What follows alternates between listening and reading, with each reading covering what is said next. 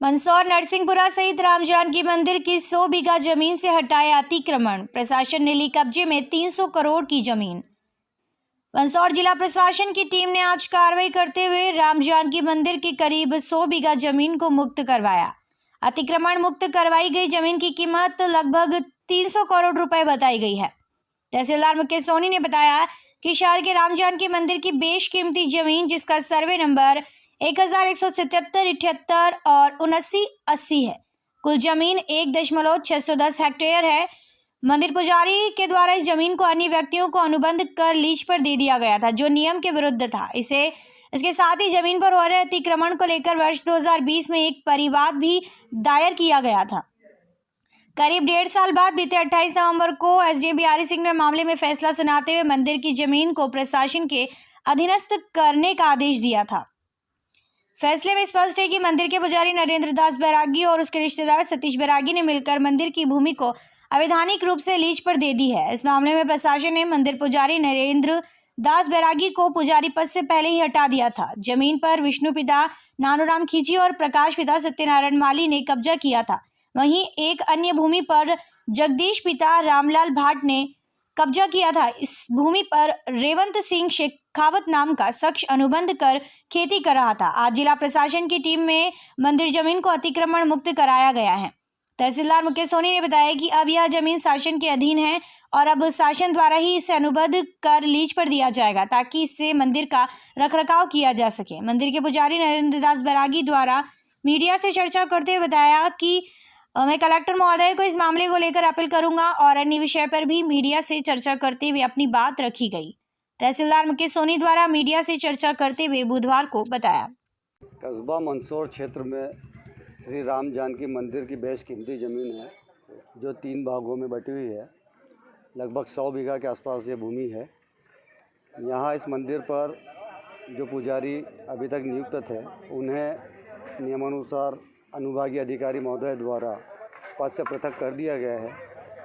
इस कारण से यह भूमि शासन ने अपने पक्ष में, अपने आधिपत्य में ले ली है और इसके व्यवस्थापक कलेक्टर हैं। इस भूमि पर अब नियमानुसार ऑक्शन के द्वारा एक वर्ष के लिए फसल बोने के लिए इसको ऑक्शन पर दिया जाएगा और उससे प्राप्त आय से मंदिर का जीर्णोद्धार और अन्य कार्य किए जाएंगे। सर, कौन कौन से क्षेत्र में सर ये ज़मीन है? ये ज़मीन एक 10 बीघा तो जो है कर्मचारी कॉलोनी के पास है। 70 बीघा भूमि जो है वात्सल्य स्कूल के पास है और 10 बीघा का 8-10 बीघा का टुकड़ा ये जो है राम टेकड़ी के पास वाला कहलाता है। इस प्रकार से 3 भागों में जमीन बटी। क्या लागत होगी सर? लगभग 300 करोड़ के आसपास की भूमि है, जो शासन पक्ष में हमने आज। सर, आरोपी पक्ष जो है आरोप लगा रहा है कि 4 पीढ़ियाँ हो गई उनको यहाँ पर इसके।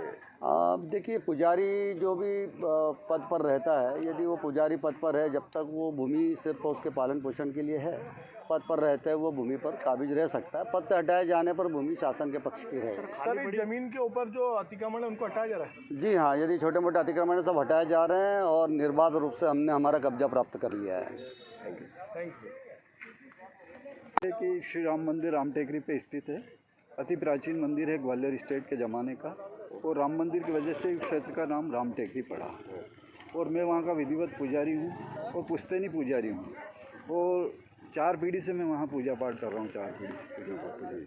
उसके पूर्व मेरे पिताजी गोवर्धन दास जी पुजारी थे और उनका स्वर्गवास 1995 में हो गया, 1995।